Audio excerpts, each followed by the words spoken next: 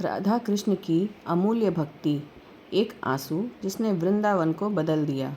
क्या केवल एक सच्चा आंसू भगवान श्री कृष्ण तक पहुंचा सकता है?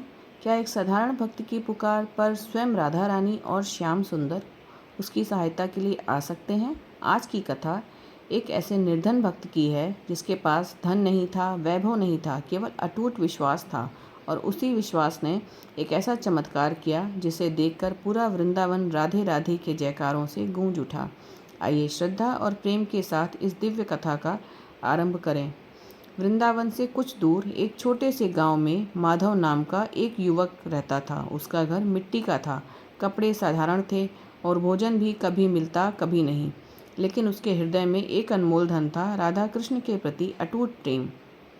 हर सुबह सूर्योदय से पहले वह यमुना किनारे जाता, एक छोटा सा दीपक जलाता और हाथ जोड़कर कहता, हे राधा रानी, हे श्याम सुंदर, मेरे पास आपको देने के लिए कुछ नहीं, बस मेरा प्रेम स्वीकार कर लीजिए।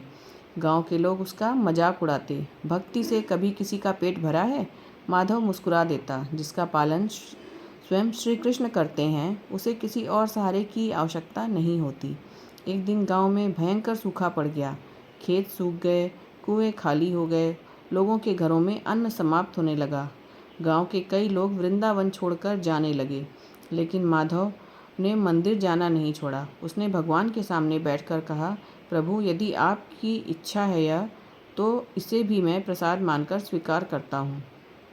उसी रात मंदिर में अकेले बैठे बैठे उसकी आंख लग गई। स्वप्न में उसने देखा, पूरा वृंदावन चांदनी से नहा रहा है। कदम के वृक्षों के बीच से मधुर बांसुरी की धुन सुनाई दे रही है। उसने सामने देखा, श्याम सुंदर मुस्कुरा रहे थे और उनके साथ राधा रानी खड़ी थी। राधा रानी ने स्नेह से कहा, माधव, कभी प्रेम व्यर्थ नहीं जाता। कल प्रातः यमुना के पुराने घाट पर आना। स्वप्न टूट गया। सुबह होते ही वह दौड़ता हुआ घाट पर पहुंचा। वहां एक वृद्ध साधु बैठे थे। उन्होंने मुस्कुराकर कहा, बेटा, मैं कल से तुम्हारी प्रतीक्षा कर रहा हूँ। माधव आश्चर्यचकित रह गया। साधु ने उसे एक छोटी सी पोटली दी। इसे अपने लिए मत रखना, पूरे गांव में बांट देना। माधव ने पोटली खोली। उसमें थोड़े से गेहूं के दाने थे। उसने सोचा, इतने थोड़े दानों में क्या होगा। फिर उसे राधा रानी के शब्द याद आए। उसने विश्वास के साथ वे दाने गांव में बांट दिए। जिन खेतों में वे दाने बोए गए, कुछ ही दिनों में वहां हरियाली छा गई। सूखी धरती लहलहाने लगी।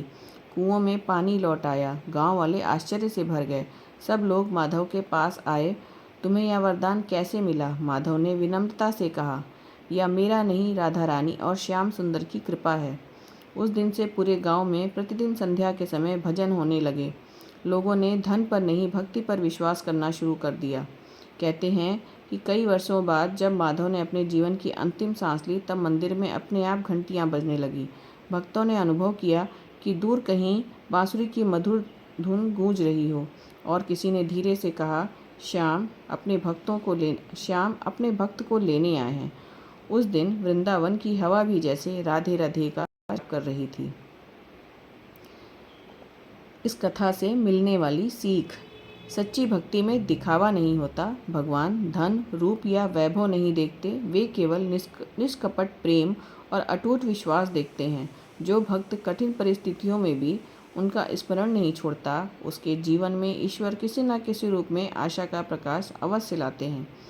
यदि यह कथा आपके हृदय को स्पर्श कर गई हो, तो अपने जीवन में प्रतिदिन प्रेम और श्रद्धा के साथ श्री राधा कृष्ण का स्मरण अवश्य करते रहें।